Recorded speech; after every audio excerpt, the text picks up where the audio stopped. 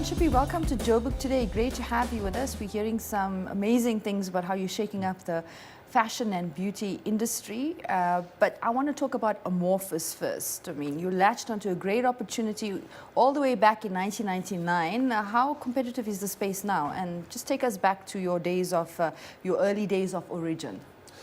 Going back to the garage, and thanks for having me. We started almost 20 years ago now in the digital space. I was working in asset management, and one of the actuaries and I decided that this internet was a fantastic thing, and that we should really capitalize on the opportunity to just report to our investors. Previously it was you would get a large book on a 6-monthly basis that would get posted to you and hopefully arrive 9 months later. Whereas we said, well, hang on, we can actually tell you about your investment now.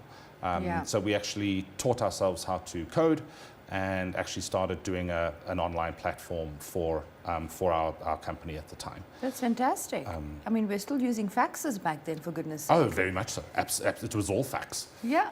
And a lot of people didn't even have fax machines, you know, so we're reliant on quite outmoded technology. How has this space, as a player, as a stakeholder, how has this space, the digital space when it comes to marketing and developing products, changed? Or how is it evolving and changing? I'm sure it's a lot more competitive now. It's hugely more competitive. Probably when we started, there were 2 or 3 agencies in the country that had the skill sets.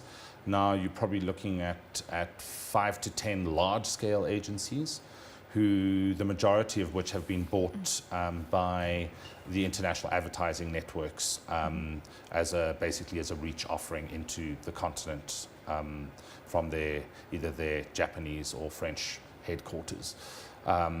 We sold to Times Media Group about 8 or 9 years ago, and then subsequently went independent a year and a half ago now. Yeah. So we're one of the few indie players left in the market. Okay, let's come back to today's story. Tell us about actually what you're doing for your clients in the fashion and beauty industry. We do a lot of content marketing, so developing content around the fashion and beauty segment, particularly for the Edcon group.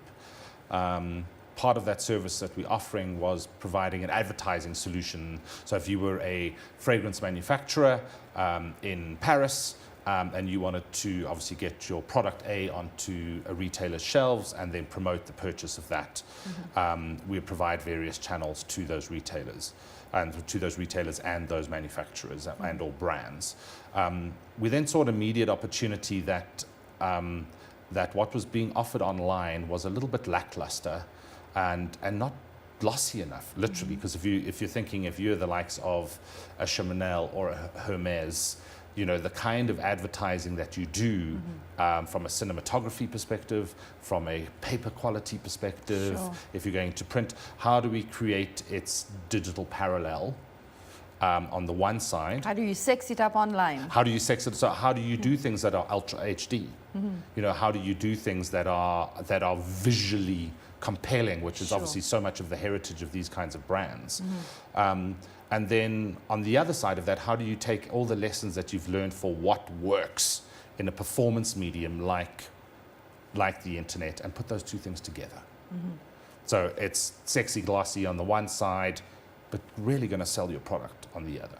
Sounds fascinating. What has the uptake been like? So uptake is been pretty, well, I suppose we're actually quite comfortable with it. We've done some large campaigns for some of the large French fashion houses, which have gone hugely successfully well, and we're doing another set of campaigns now, obviously with the large retail push towards the end of the year.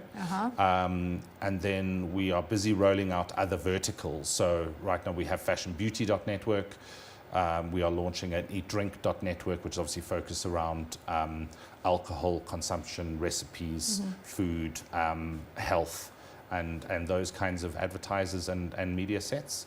And then most recently we've just launched a businessdirectors.network, which is far more using exactly the same idea, but going towards business owners and business directors.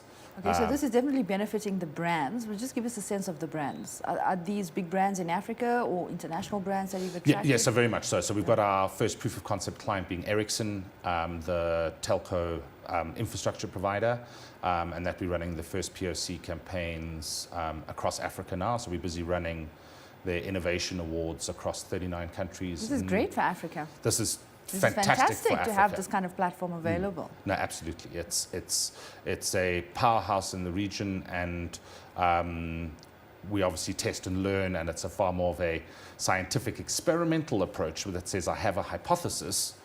You know, let's test the hypothesis in various markets with various creatives to an outcome, as opposed to, I suppose, would typically be a creative director-led approach, which says, I think all people will like this. Yeah, sure. And then you actually put that media in the market, and I suppose. And you're confident this is going to appeal to consumers, the manner in which you're marketing? Absolutely, because consumers are bombarded every day consumers online are bombarded with product adverts.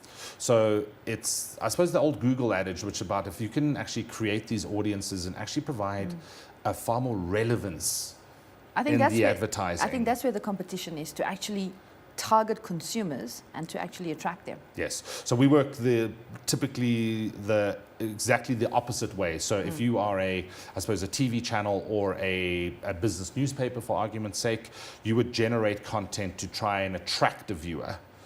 We are using big data basically, and it's gone a little bit more stylish, and said, okay, so we know these people are interested in fashion. Yeah. What can I give them?